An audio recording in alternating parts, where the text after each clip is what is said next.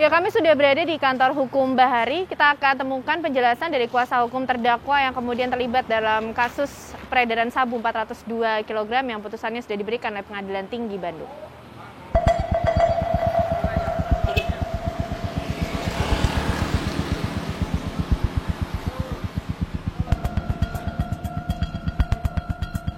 Apa kemudian penjelasan dari kuasa hukum terdakwa yang kemudian terlibat dalam kasus penemuan 402 kg sabu yang kemudian hukuman dari vonis matinya ini dianulir, dikurangi, diperingan dari vonis mati kemudian menjadi 18 tahun dari 15 tahun. Kita akan tanyakan langsung kepada kuasa hukumnya, Pak Dedi Setiadi. Pak Dedi, apa kabar? Baik.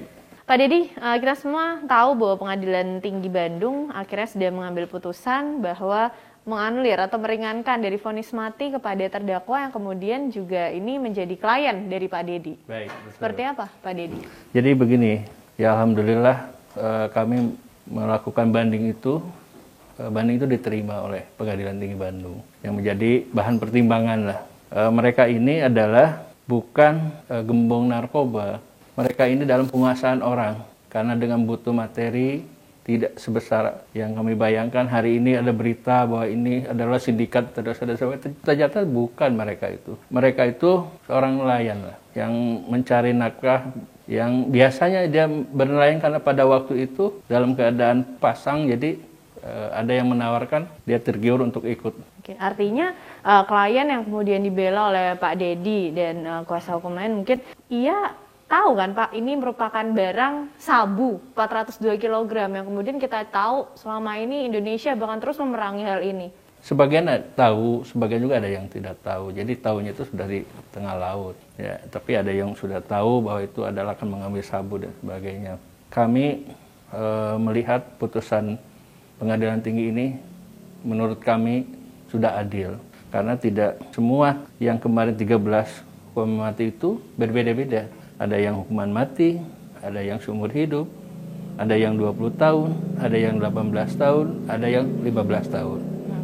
Ini sudah benar menurut kami karena setiap kejahatan itu tidak bisa disamaratakan sesuai peran-perannya lah gitu. Mereka mengambil peran dalam kasus peredaran narkotika yang menjadi musuh Indonesia, seluruh masyarakat Indonesia, Pak Dedi. Memang betul, karena sebagai pengacara berhak untuk membantu mereka. Dalam kejahatan itu kan bermacam-macam. Dan ini poin kemudian yang diajukan oleh kuasa hukum 6 terdakwa ya Pak. Baik, kepada Pengadilan Tinggi dalam banding itu. Betul. Ini yang kemudian disampaikan. Poin-poin apa saja? Pada waktu menyampaikan memori itu minta keadilan. Bahwa kami tidak mau mereka itu disamakan dengan gembong narkoba internasional atau yang lain-lainnya lah. Hukumannya jangan sama lah gitu. Tapi kan kita tahu Pak Dedi, bisnis narkoba ini banyak sekali uang di dalamnya. Jumlahnya juga tidak sedikit, 402 kg. Baik. Ini kan banyak tanggapan masyarakat bahwa di sini perputaran uang besar. Kami bisa membuktikan. Itu biaya dari kami semua. Dari mulai BAP, pemeriksaan pada waktu di Polda Metro Jaya, terus sampai ke kejaksaan, sampai ke pengadilan, itu biaya dari kami. Mereka nggak ada biaya, nggak ada punya uang. Oke, tapi ini sudah terjadi Pak Dedi. Dan infonya bahkan dari 402 kg, ini 60 kg-nya sudah tersebar bahkan. Ini kemudian yang dipikirkan sebagai poin untuk terus menemukan keadilan dari klien Pak Dedi? Kalau saya lihat di fakta persidangan tidak ada. Tidak ada yang tersisa, tidak ada yang terjual. Ini kan barang datang dari laut, tidak ada barang yang keluar dari situ. Dan itu langsung amankan oleh kepolisian. Oke, meskipun sebelumnya ada residivis dan... Nah, itu residivis ada. Memang ada beberapa terdakwa yang pernah menjadi residivis narkoba.